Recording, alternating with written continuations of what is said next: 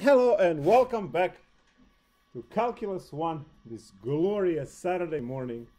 Right, we're going to discuss derivatives of exponential and logarithmic functions. In the textbook they discuss logarithmic and then exponential.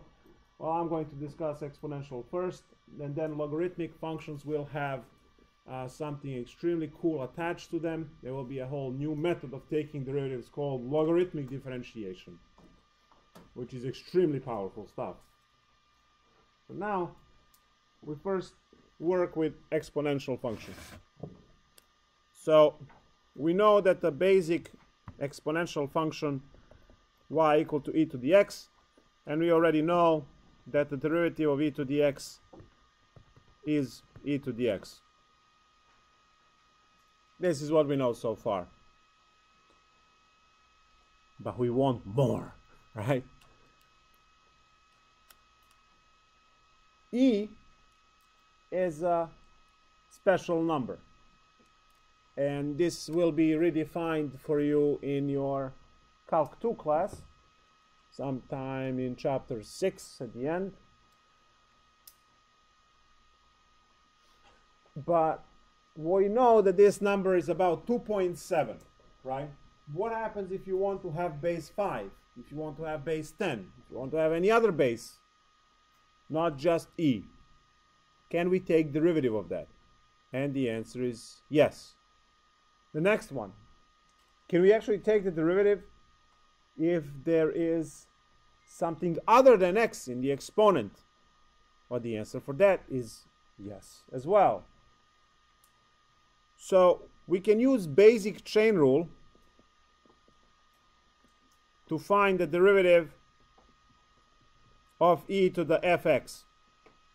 You can have sine x there. You can have x squared plus 3. You can have whatever for that f of x. We know how to deal with problems like that already, because the derivative of e to the function is itself and then times the chain rule, which is the derivative of the function. This is a cool formula that will be used a lot in calculus later, but it's not the most general case, so I'm not going to put, the cloud around it. So example would be to ask what is the derivative of, let's say, e to the cosine x. What would you say? Use the chain rule. So what do you do? What should I write?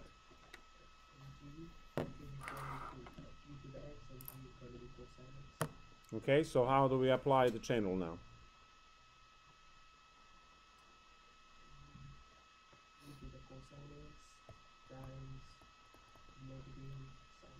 That's it.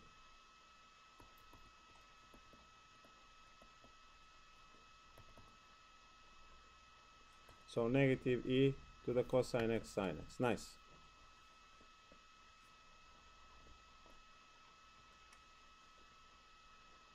So this is what we have for these types of derivatives. Let's do one more. The derivative of e to the negative x cubed plus x minus 1. What should I write?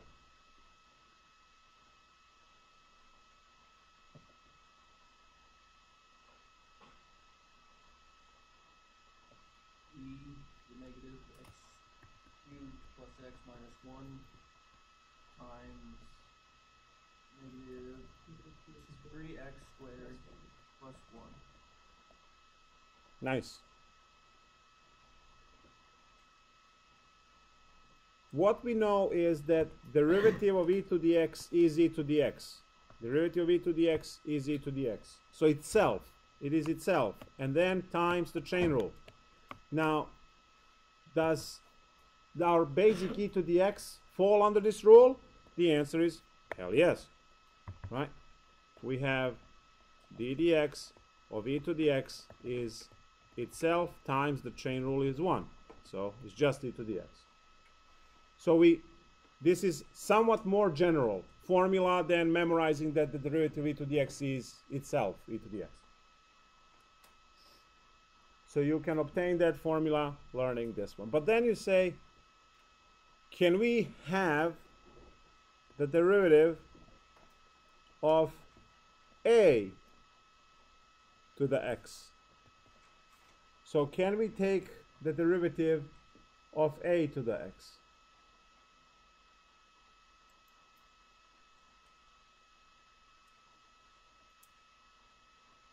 And the answer is sure. Can. It's itself, but then you have to multiply by ln of that base, ln a. Now this one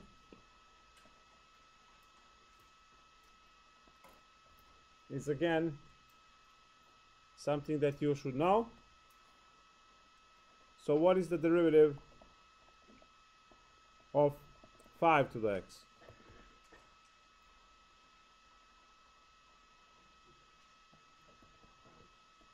Times ln 5. Good.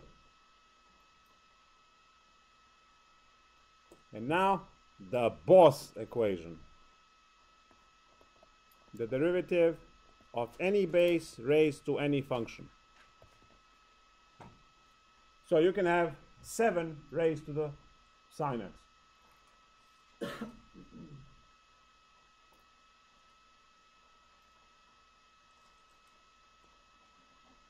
So we combine all of the features from before.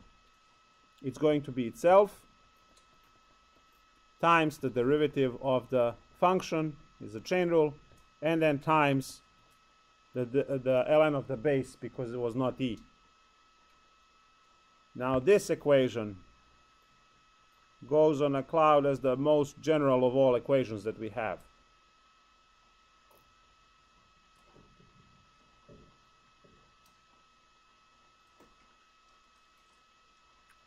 Would this work for e to the x? Sure. If you just say a equals e and f of x equals x, if you plug these things on the right hand side, you immediately see the first part gives you e to the x, the second part gives you 1, and the last one gives you ln e, which is also 1. So you get e to the x times 1 times 1. So this formula is the most general case that you can have for exponential.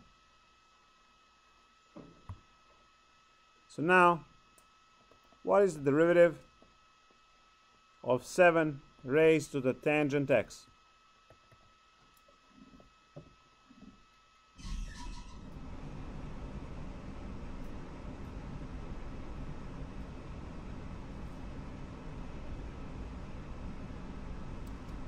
Go on, don't be shy.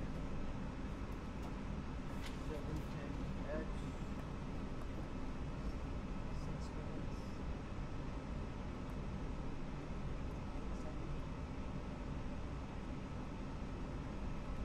Nice. So ln 7 is a number times 7 tangent x secant squared x. And that's the answer.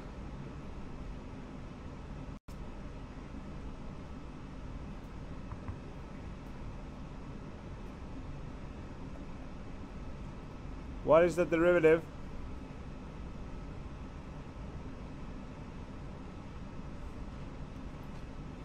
of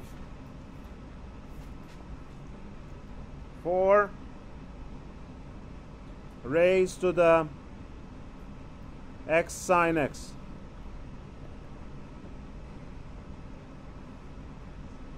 4 x times x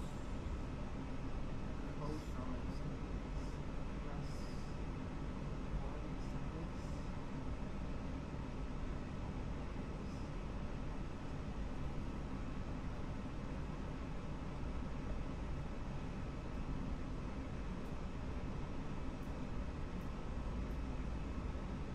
Anyone? Cosine x plus 1 sin x is a product rule. Yes, it's a product rule. Nice. So we have a product rule in exponent now. If you have a product rule, you have to do the product rule. So copy the first times derivative of the second plus copy the second, and then derivative of x is 1, and then times ln 4.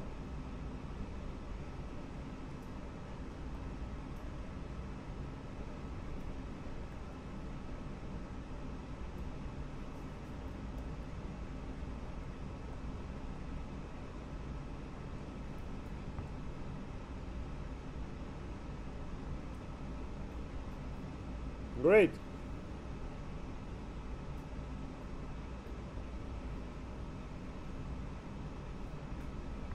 One more problem.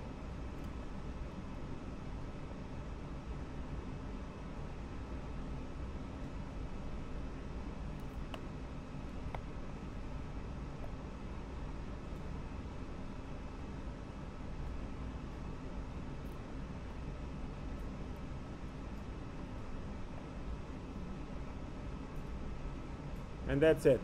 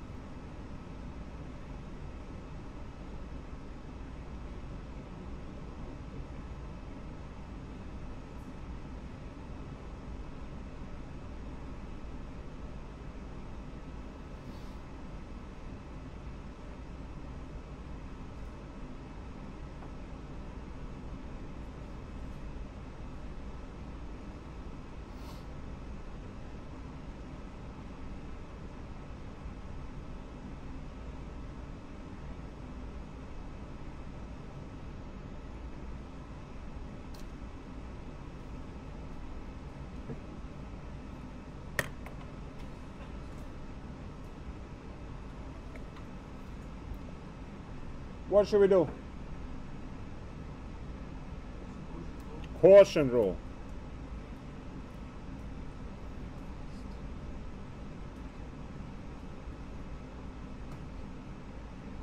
And now we have to take the derivative of the numerator.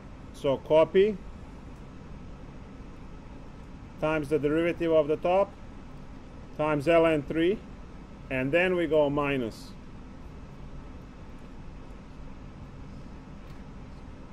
And then 2x, right?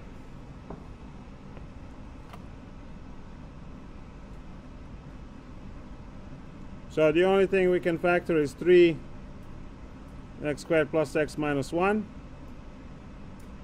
And that leaves us with ln 3 times, we can FOIL this, so we can leave it in the factor form.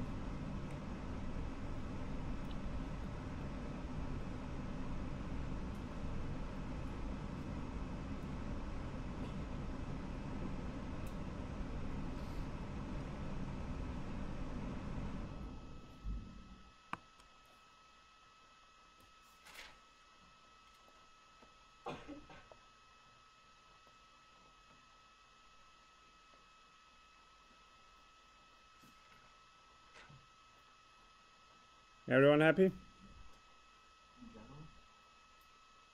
No, just for the problem. In general, yeah. I get it. Yes. But the A is always going to be a constant, right? No matter what, like -3, -5, 3, or something like that. Mm-hmm. Until it becomes a function. But that's going to be a little bit different situation.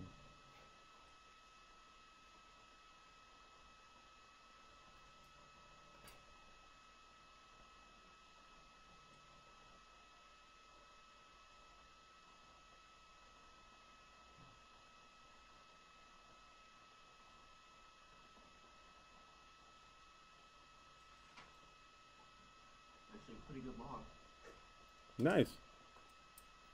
Oh, you missed your calling an artist. Yeah, I know.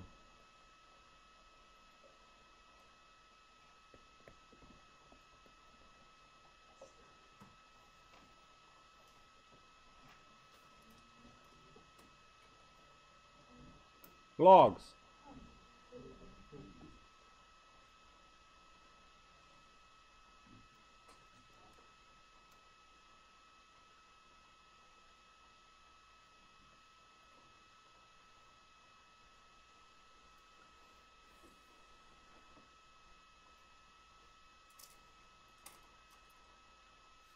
What are logs?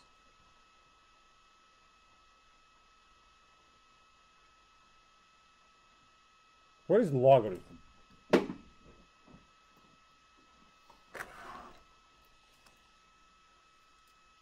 can answer that question since PreCalc1. Exactly. Well, actually, wait, who took my PreCalc1 class? Okay, would you please care to give the speech I gave in PreCalc1?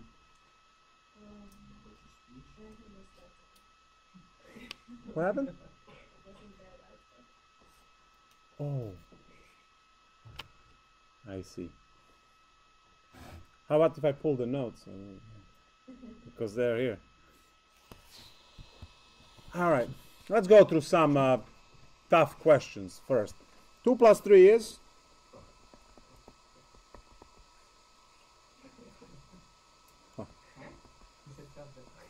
5 minus 3 is?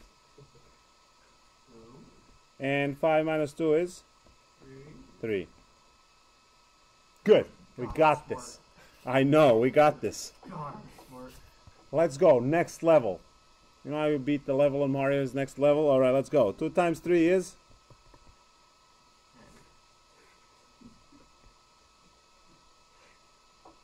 We actually have a class for that. If you 6 divided by 3 is? 2. And 6 divided by 2 is? So, there's this mathematical operation of addition between two numbers. We get 5, and then we can retrieve 2 and 3 if we use opposite mathematical operation, which was negative, which is subtraction. Then there's the mathematical operation multiplication, which reversed gives us division, right? So we can again retrieve 2 and 3. Now what's 2 cubed? 8. And if I go third cube of 8, what do I get? I get 2. How do I retrieve 3?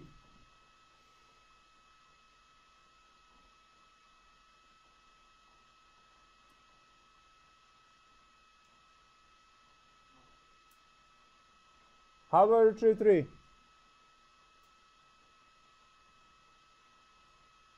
Yeah.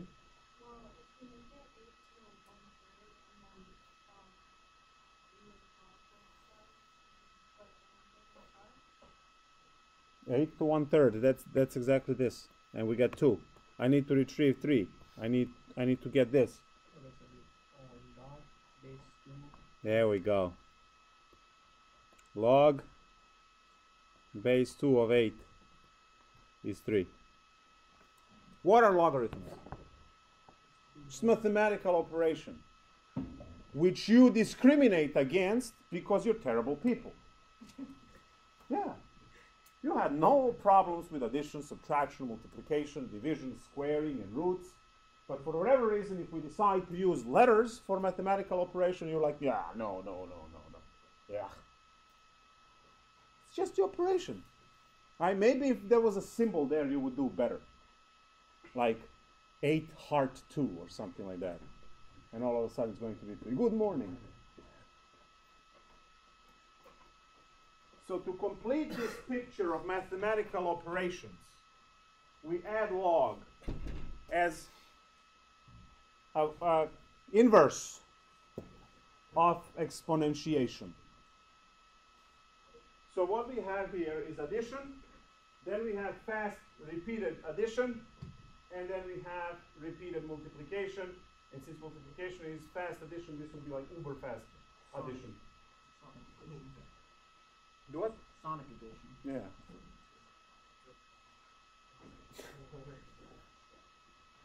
So these are mathematical operations.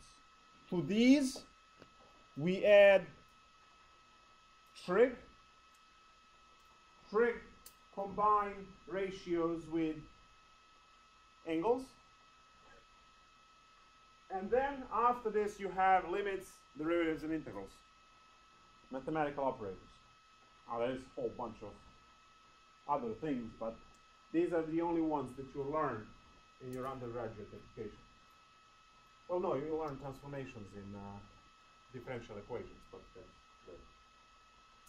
So we have these: addition and opposite is subtraction, multiplication, opposite is division, and then we have exponents with the opposites of rational and log. So log is mathematical operation, has nothing to do with function. Just like 5 minus 3 is not a function, it's a calculation. Log 2 of 8 is a calculation. Now we can make it into a function if we introduce x.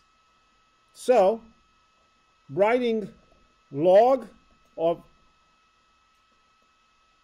10,000 is equal, you get 4. So log of 10,000 is 4. Has nothing to do with function. It's a calculation, it's operation. But now, if I go and say y equal log base a of x, that is a function. This is calculation to get a number. Now, you have to understand that this is the same as you writing x plus 3 or x minus 2 or 2 times x. Right? You can replace any of these numbers here or here or here with x and you will get function. But if they're all numbers, it's just a calculation. So same goes for logs. It's an operation. An operation is done between two numbers that are provided to you to create a third number. Every single operation that we have on this page works that way. So we say the logs are simply calculating values. And then we decide, instead of values, to put in x. If we put in x, it becomes a function. And then we can talk about that function. We can draw the default case, which looks like this. Goes through 1. It's increasing forever. And then you can write in PreCalculus1, you can learn all of the features of the logarithmic function. We have x-intercept at 1, 0. We have the domain 0 to infinity. We have range all real numbers, which is from negative infinity to positive infinity. We have vertical asymptote at x equals 0. Always increasing, so entire domain 0 to infinity. So these are the features of logarithmic function. And then you can move it up and down and left and right and stretch and reflect and do all of the things that you learn in PreCalc1. So once you introduce x in a logarithm, you get the logarithmic function. And then you have the graph for that, and you can do all of the other stuff. Now, there are a few things about logarithmic function, right, that we can... first, let's look at the basic ideas of log or base e of x is ln x. So ln is not a special new thing. It's just logarithm. But if the base is e, we call that natural logarithm. And we call it ln x. Now, ln x is just a convenient for us because ln x is 2 characters shorter to write than log e x. And it's as simple as that. It's 2 characters shorter because we're lazy.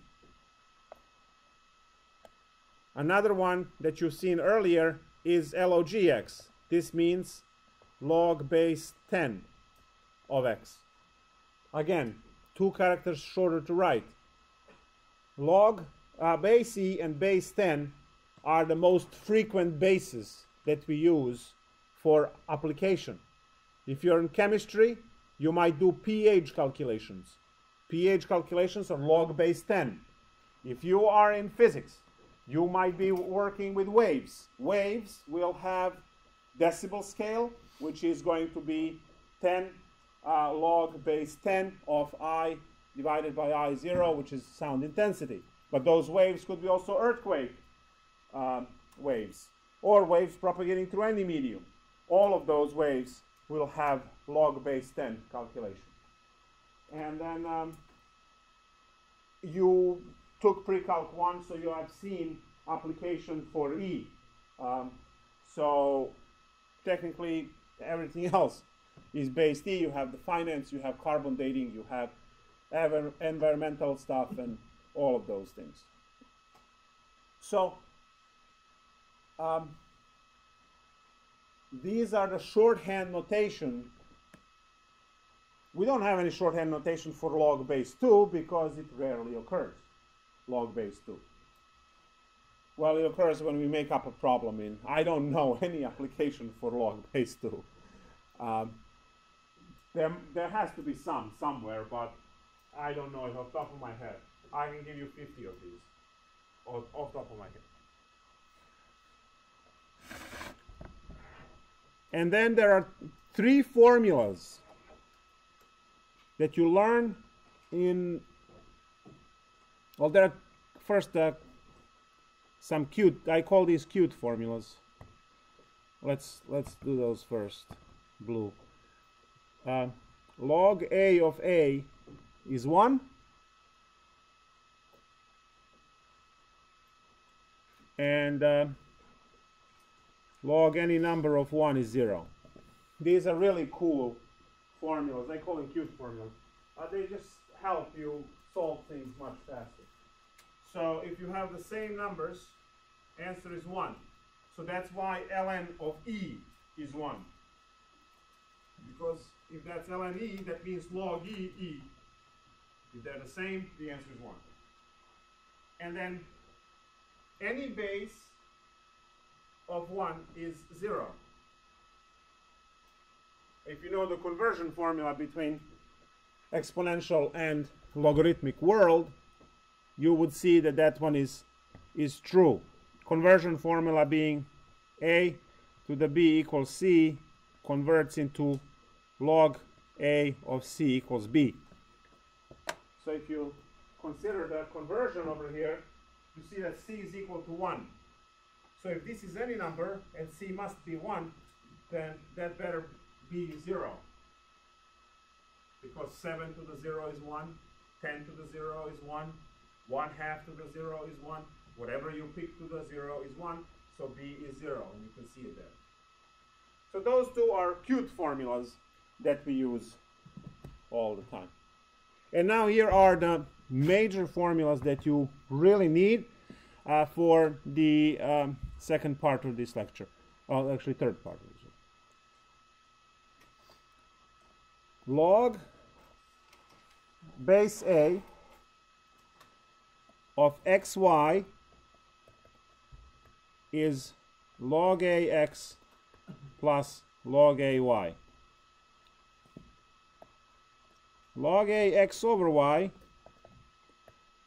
is log ax minus log ay. And finally, log a x to some exponent p is p log ax.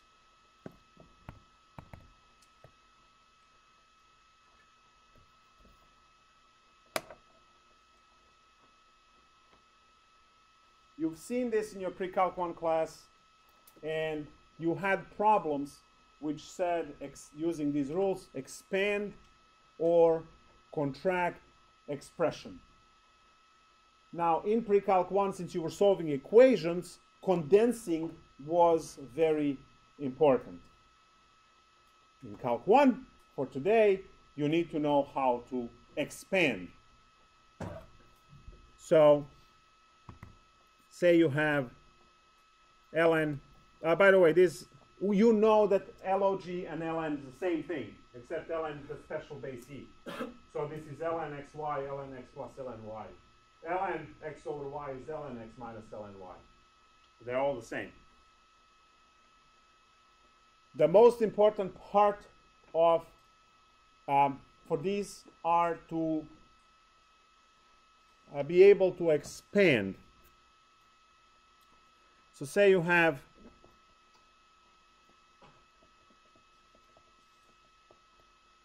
something like this.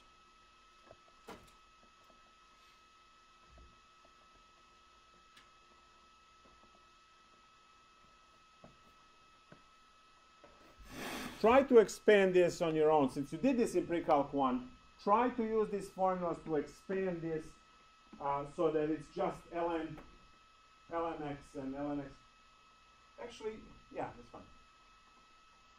Now, let's see what you get. Use the rules, formulas, and expand this.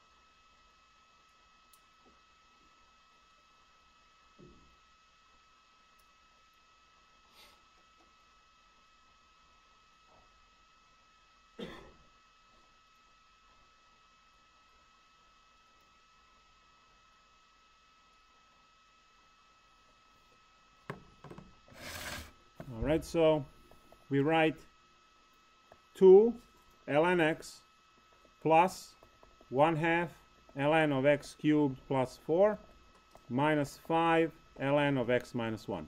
And this is the furthest we can go. So the 2 by the p rule goes in front. By the way, we have a multiplication, so that splits into 2 logs of addition and division by this one, so minus that one. So 2 times ln of x, 1/2. Now this cannot be broken because we don't have the formula that breaks this, unless you can factor this and go on. We can. So 1/2 is the exponent, which is the square root, right? So 1/2 ln of x cubed plus 4, and then minus because it was in denominator. Again, exponent is 5, goes in front. By P rule, ln x minus 1. If you want to be a derivative taking God, you have to be able to do this in your head. And if you are able to do this in your head, all the derivatives from this class on become a joke, regardless of how complicated they are. Now, we'll test that brain power shortly. Let's first deal with the basic logs. So we start with basic log derivatives. What is the derivative of ln x? This is the most basic you can go in the world of logs. And derivative of this one is just 1 over x.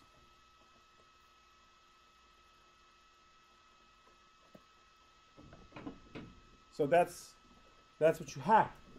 It's 1 over x. And now we can start building this one up.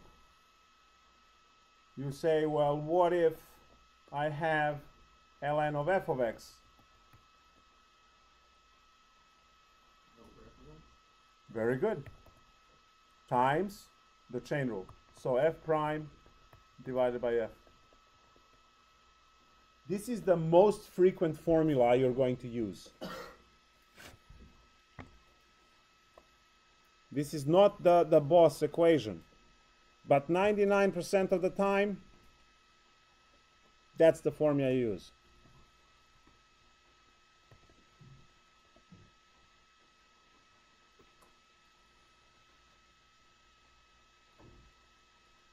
So 99% of the time. What else? Well, we know that ln is the base c. What happens if I don't have base c? What happens if the base is 2?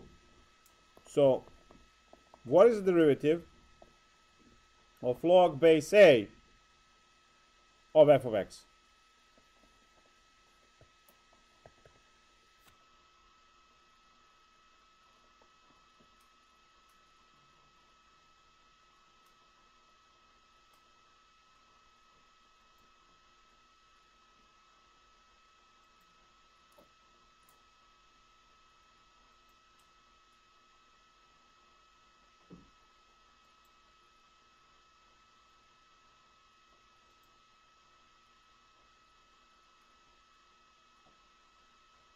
It has to be the same as the previous one. And then we just have ln a. This is the boss equation, the most general case. However, very few problems appear in this form. Only if I write something specially for this formula on the exam. 99% of the time is the one on top. Such as, what is the derivative of ln of, let's say, sine x?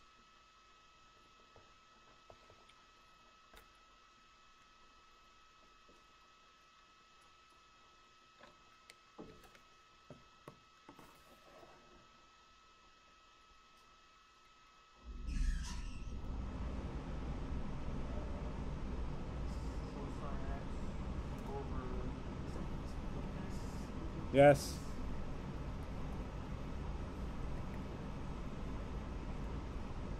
Nice. Guys, don't make this complicated. You see f of x? You see f of x. It's the same. If it walks like a duck and it walks like a duck, it's what? It's a duck, right? So, you take whatever is in the argument of log, You copy it as is, and you take its derivative on top. So, sine x. Control C, Control V, and then take the derivative. Or if you use the Mac garbage, whatever is the equivalent. If they have that on Macs? They have the copy? Yeah. It's a wow, it's advanced. Alright, good. Well, we see who uses a Mac here. Do what? We see who uses a Mac here. Yeah, I'm gonna ask them all.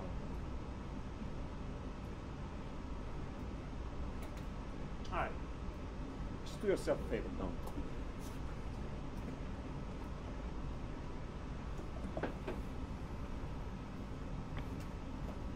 Another question?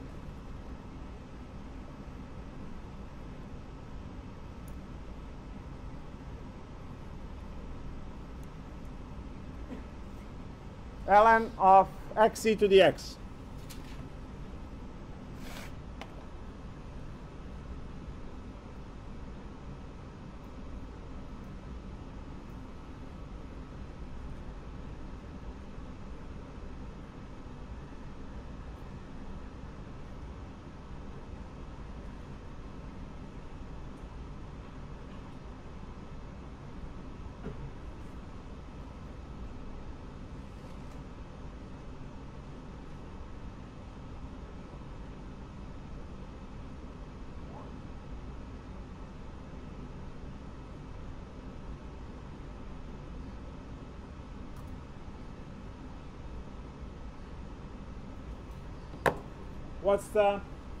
What should I write?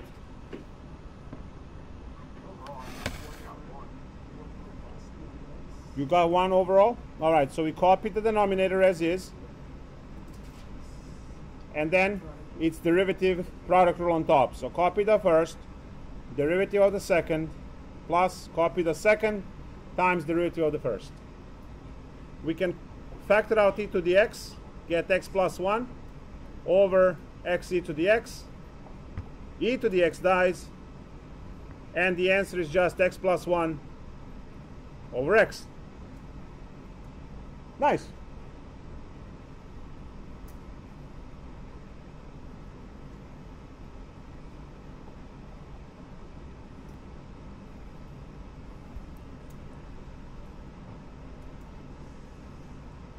Yes.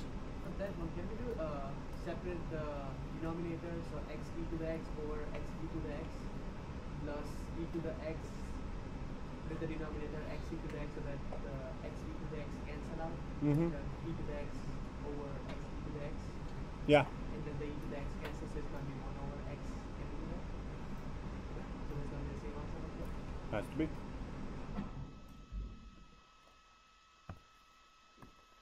Or fix the problem right away. It's ln x plus ln e to the x, which is the derivative of ln x plus x. Right?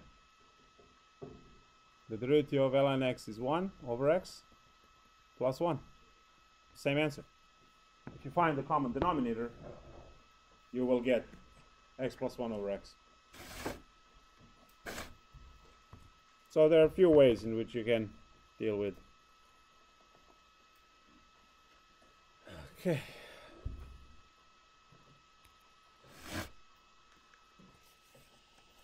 Good? Happy? No? Yes, you're happy. Okay, that's good. Mark, are you happy?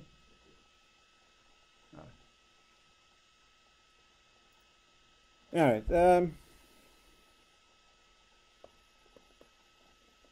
So let's see. How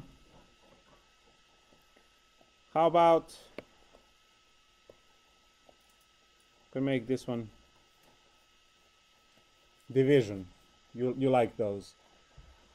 How about, say,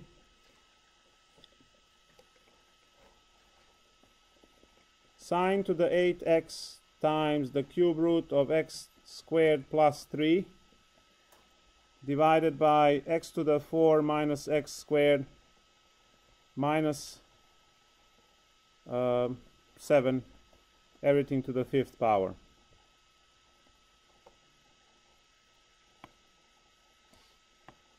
Which is a cube root over here. It's a little bit hard to see, so here, cube root.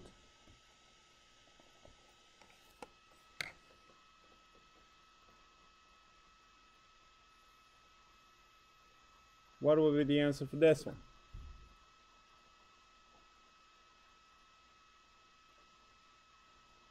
In factor form, please.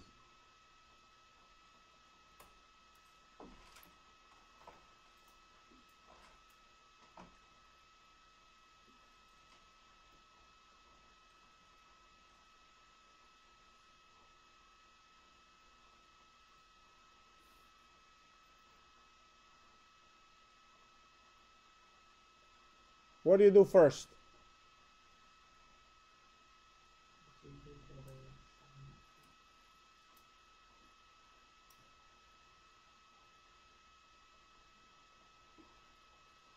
What do you do first?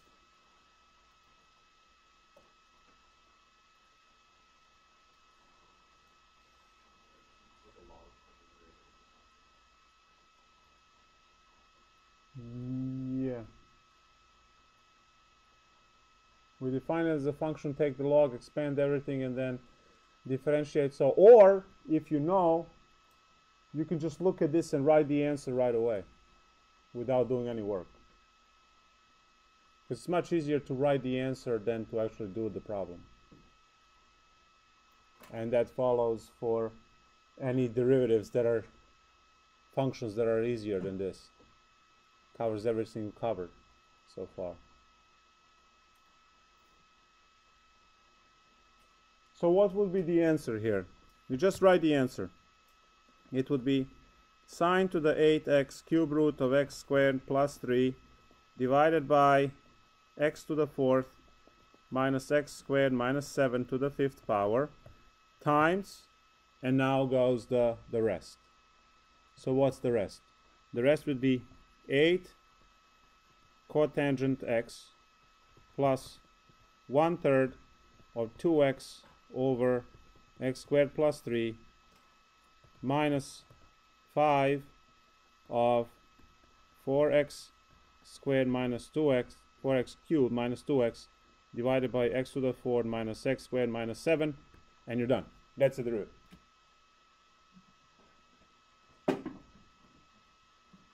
Yes?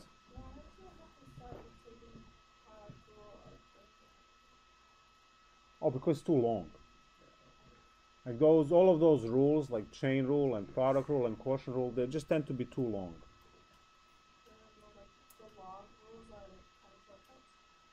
The log rule trumps everything so far. You see how crazy this problem is? If you know how to do this in your head, you can look at any problem that we did so far for derivatives and just write the answer without going through any of the rules we previously learned. You can take the whole chapter 3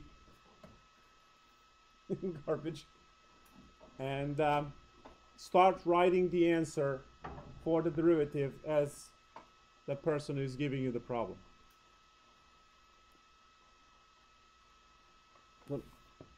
So how does this work? Well, we start on a much cheaper problem. Say that you want to find the derivative for, we do a simple thing. X cubed times square root of x minus 1 over, let's put in something else over here in the denominator. How about x squared minus 13 squared. The way this works is you define the function, leave some space to fit the ln,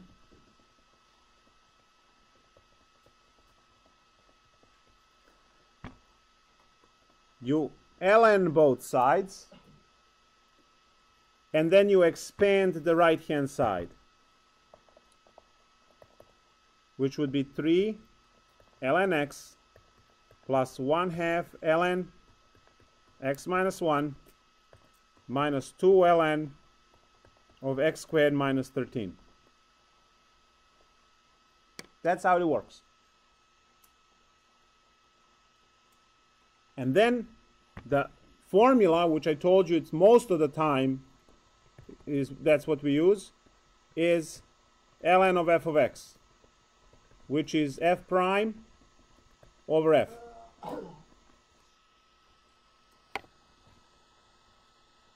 And now you just go and you take derivative of each one of these independently. Derivative of ln of y is 1 over y. Remember dy dx, implicit differentiation, right? The derivative of ln x is 1 over x, so 3 over x. Plus, copy 1/2, copy the function, put its derivative on top, minus 2, copy the function, and put its derivative on top. Observe that you have 1 over y on the left, and y is the original problem. So, dy dx on its own is the original problem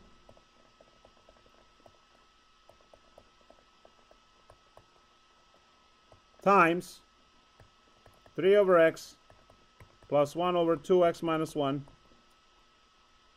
minus 4x over x squared minus 13.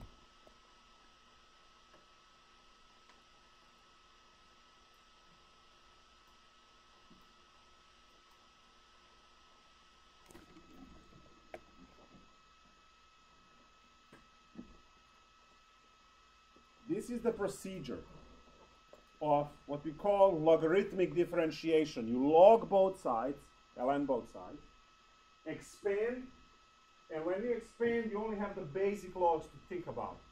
Logs kill all of the chain rules, product, and quotient rules. All of them. Because the logs turn them into additions and subtractions. And those chain rules with a 3 and a square root and a 2, they go in front as a constant coefficients. You copy those in a derivative. Logarithmic differentiation makes a joke out of the whole thing we did so far. Pick any problem and you will be able to do it like this, especially in the product rule and quotient rule and chain rule section.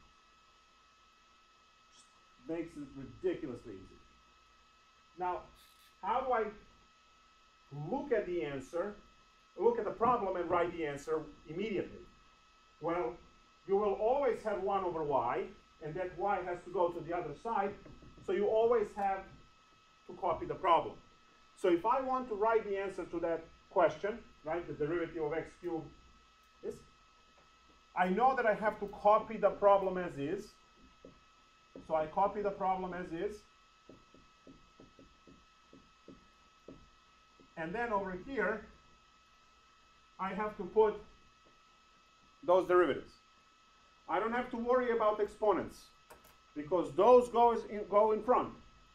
So 3 goes in front, this goes on the bottom, and its derivative goes on top. This was a times, so it's plus. Exponent is a half, goes as a coefficient. This goes on the bottom as is, its derivative on top. This is in denominator, so it's a minus. Exponent is copied. This is the denominator, and its derivative on top. Done. When you do 10, 15, 30 of these, it will go like this. And generally, you know, 1 or 2 students per class would jump on that train right away, you know, invest about 10 to 15 hours to practice this because they took care of the derivatives for life, for the life of education. So you were able to expand. Now, if you go immediately and you jump into trying to, learn this, it's not going to go well, especially if you have issue with logs. If you cannot expand mentally using these formulas, that's where your first hour goes. First hour goes into a pre-calculus expand. Then, second hour or two of practice time would be to actually write it out so you can practice the expansion, you can practice the formulas within, and then, as a crown jewel, would be to look at any problem and just write out the solution right away. I've seen many cases where students really try to go immediately, and then I immediately see that they don't know PreCalc, and they're trying to expand and do these things. If you don't like any of this, always remember that you can use the limit h goes to 0 of f of x plus h, right? And you can spend about a month and you got it.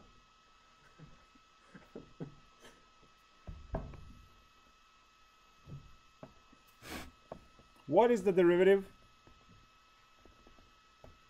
of square root of x squared plus x minus 3 divided by x squared cosine x?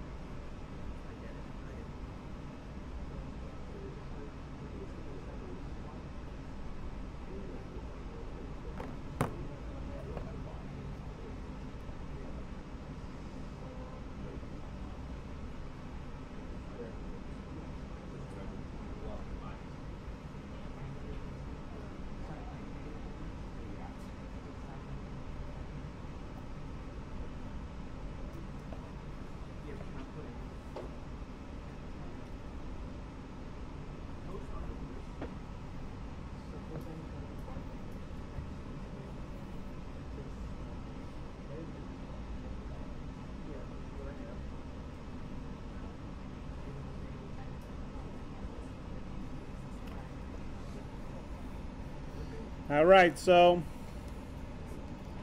I'm going to write the expansion, which is 1/2 x squared plus x minus 3 minus ln 1/2 ln minus 2 ln x minus ln cosine x.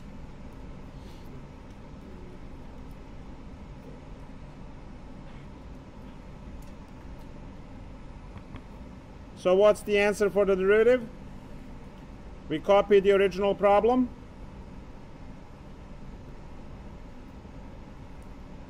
And then we have 1/2. Copy the same with a 2x plus 1 on top. Minus 2 over x. Right? Because the derivative of ln x is 1 over x. And then minus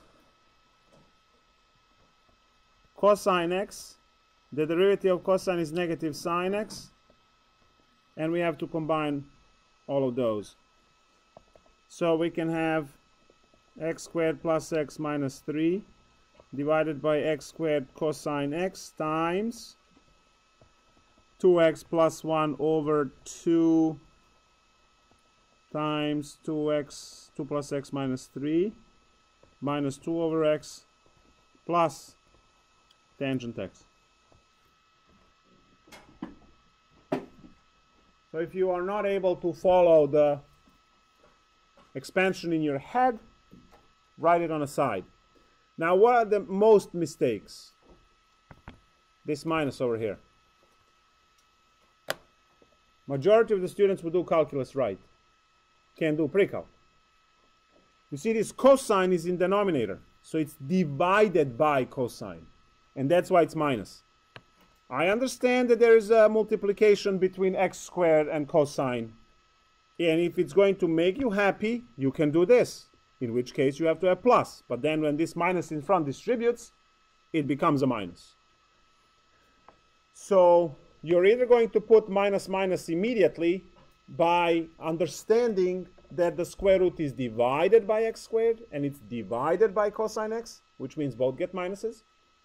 Or you're going to say minus, and then in parentheses, multiplication of these two goes into addition, and then when minus distributes, you get two minus signs. Now, this problem is obviously a bad problem, because if you forget to do the minus here, and then in addition you forget this minus, then those two mistakes cancel each other out. So most likely, if you made both mistakes, you have the right answer. I should not use this example for no coffee.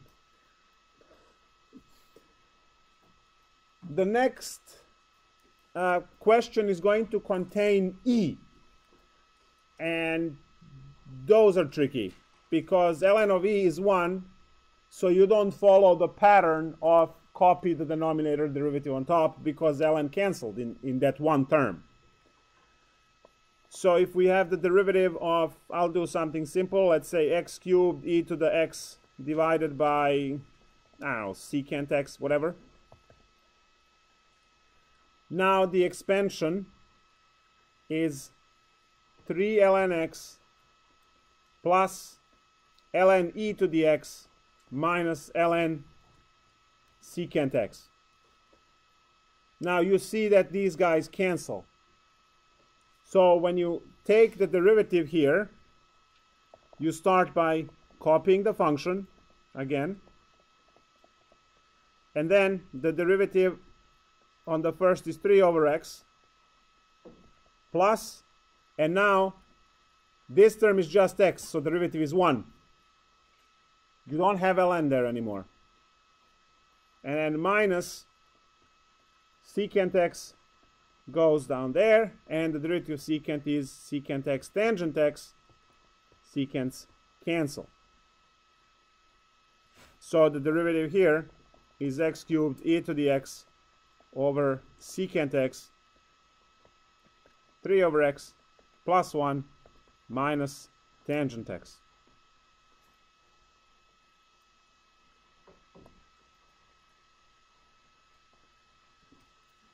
So this term over here is tricky, so be careful when you have e floating around.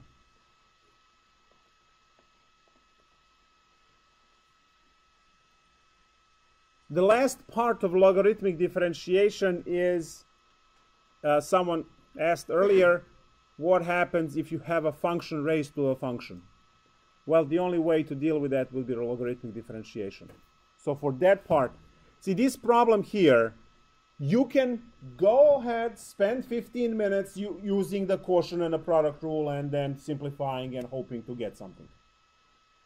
All of the problems that I've done so far can be done with using a lot of energy and time using the other rules that you learned before.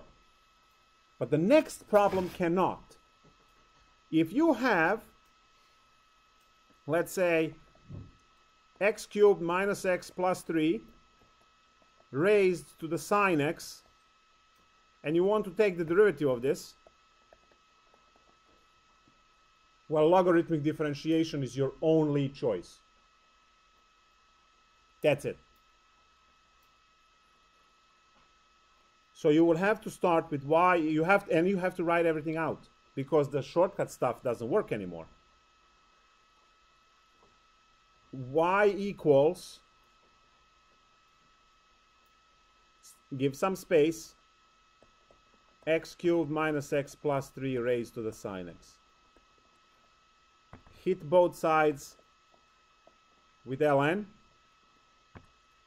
and you will see that on the right hand side now this exponent sine x goes in front, and now you have the product rule between two functions.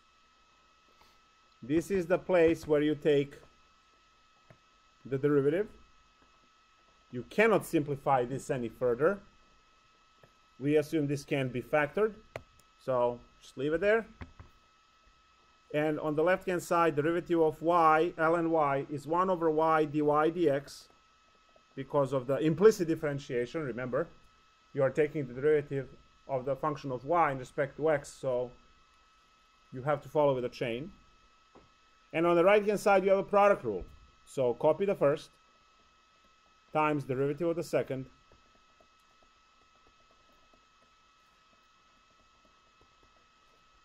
plus copy the second, which is ln x cubed minus x plus 3 times derivative of the first, which is cosine x. And now you can finally write dy dx is equal to, and multiply everything by original problem. That was x cubed minus x plus 3 raised to what?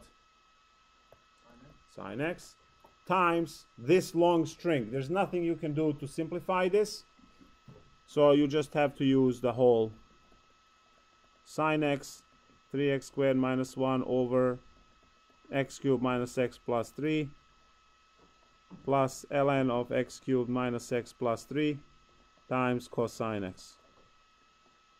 And that's the derivative. It's crazy, but works.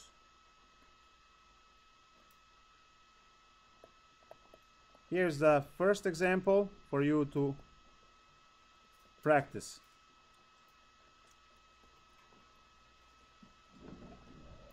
Sine x raised to the x.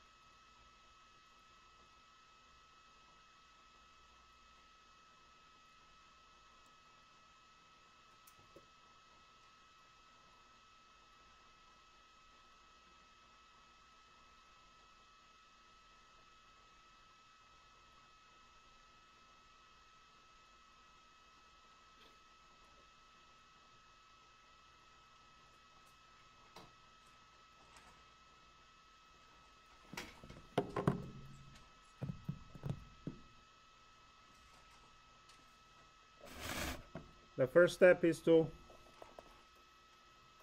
write it, and then ln both sides, and then peel off the exponent, take the derivative, hit the product rule. Let's go while we're still young.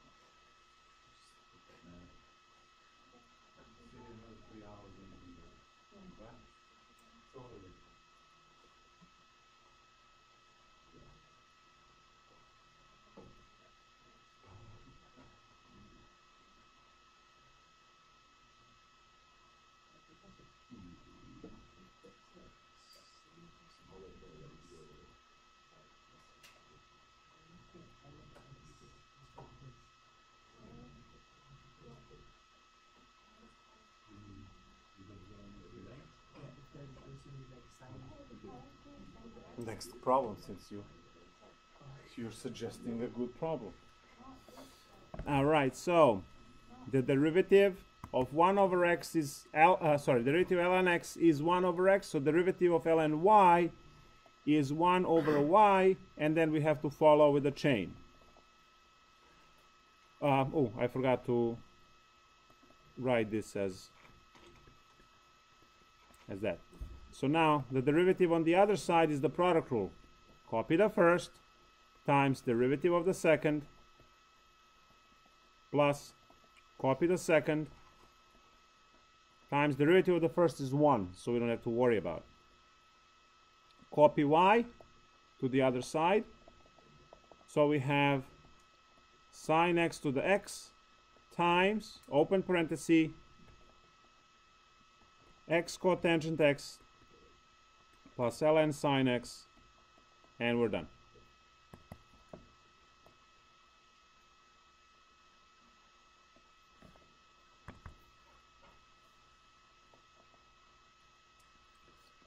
The next question is, what happens if we have ln?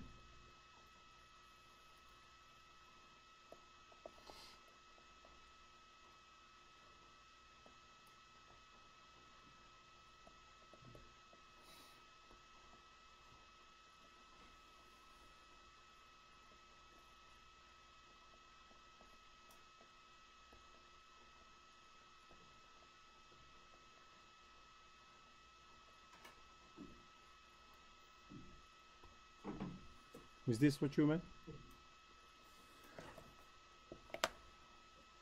Now, is this sine times ln? Looking at the notation? Hell no. Because ln x is the argument of sine. This is the exponent. So you get to write sine of ln x. Everything raised to the power. So you have to be very careful with notation. So this is sine of ln x. So ln x is like pi over 3, all right? And then all of that raised. So these are the two equivalent notations. Oops, I forgot the derivative in front. So we start by writing our problem first.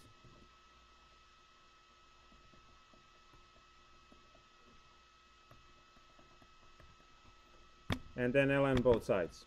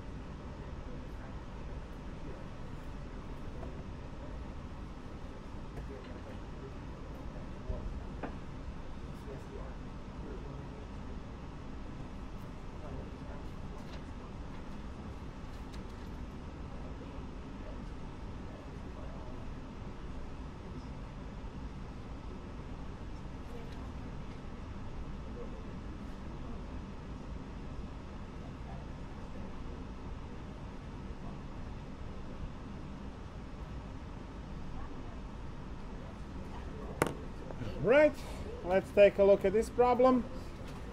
We're gonna find out. 1 over y dy dx is equal to, we have to first write 3x squared minus 2 times ln of sine of ln x. So copy the first, which is 3x squared minus 2 times the derivative of the second. Now the derivative of the second is going to be sine ln x times the derivative of sine ln x is cosine ln x times 1 over x as the chain rule inside, plus ln sine ln x times the derivative of the first is 6x. Now this is going to be cotangent, so we have dy dx is equal to, original problem was sine ln x raised to the 3x squared minus 2 times the insides. Now the insides are 3x squared minus 2 times cotangent of ln x, everything divided by x, plus 6x ln of sine of ln x. Happy?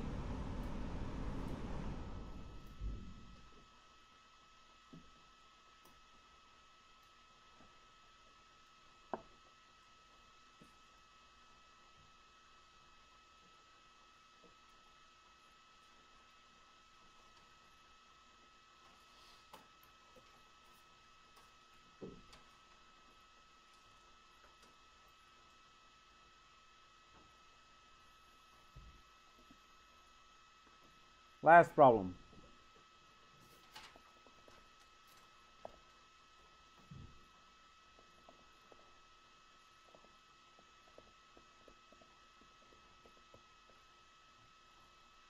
What's the theorem?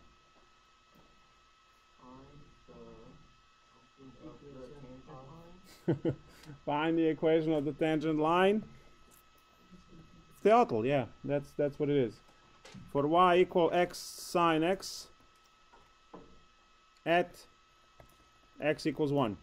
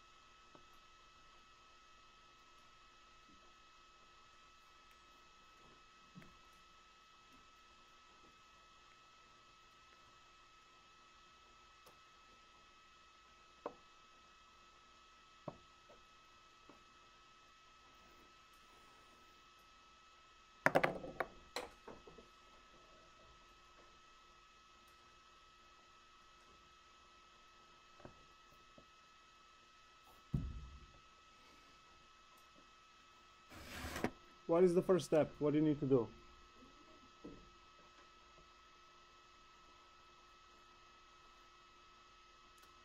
Anyone?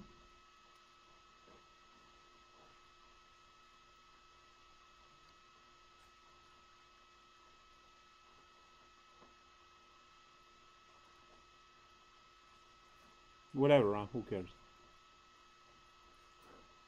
What do we have to do first?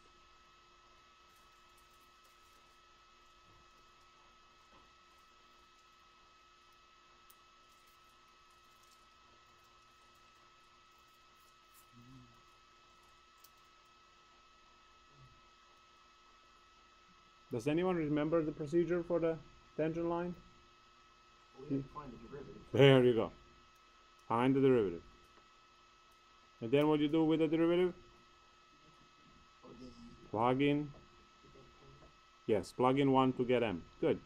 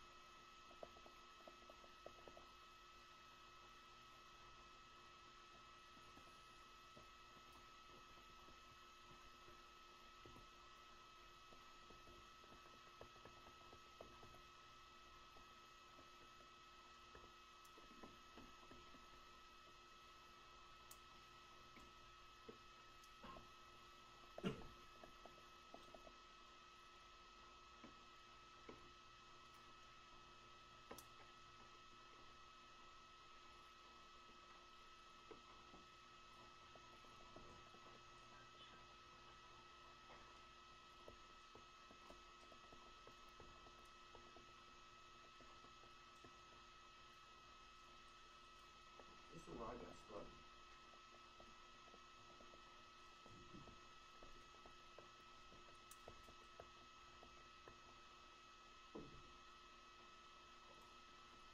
So sine of 1 radian.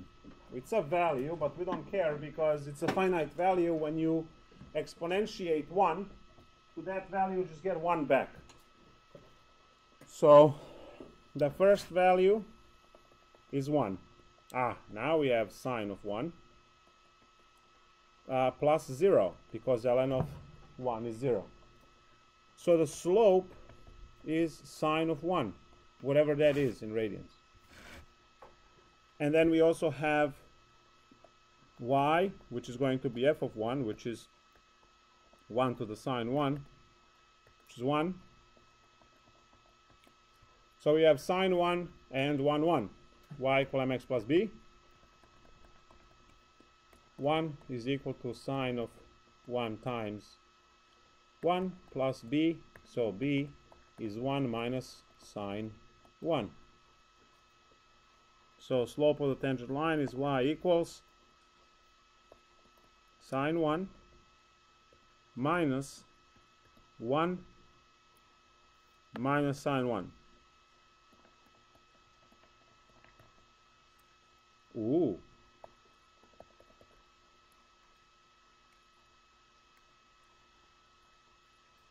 No. Minus and minus is positive. 2. No, wait, I forgot the x. That's the problem. X. There we go. So it's sine of 1 times x plus 1 minus sine 1. That's it.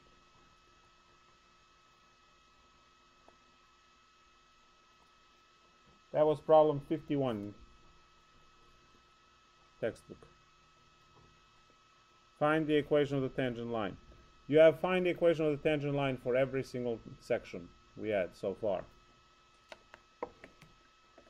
Yes? I got lost when we got to the point from going between the 1 over y equals cosine x ln x plus sine x over x to the next part where we move the y over. Yeah, this is why. This term is this term. Oh, so for that. Oh wait, what happened with my cosine? No one said anything. I forgot cosine. Well, it doesn't change anything because it will be cosine of 1. Cosine of 1 is some value. When you multiply it by 0, it's still 0. But I forgot the cosine. That's the bad. It's bad part. So when we move the y over, we just take Y is the original function. the value of y, even though. Plug in. Okay.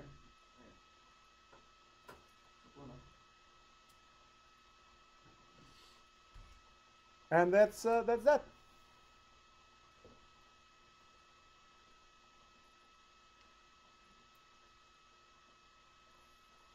So after you find the slope m,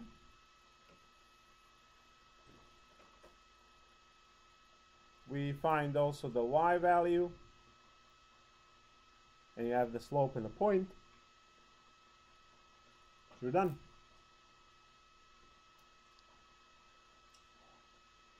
Good? Of course. So let's take a break. After the break, we have a very short section on trig identity, derivatives of trig identities, trig inverses by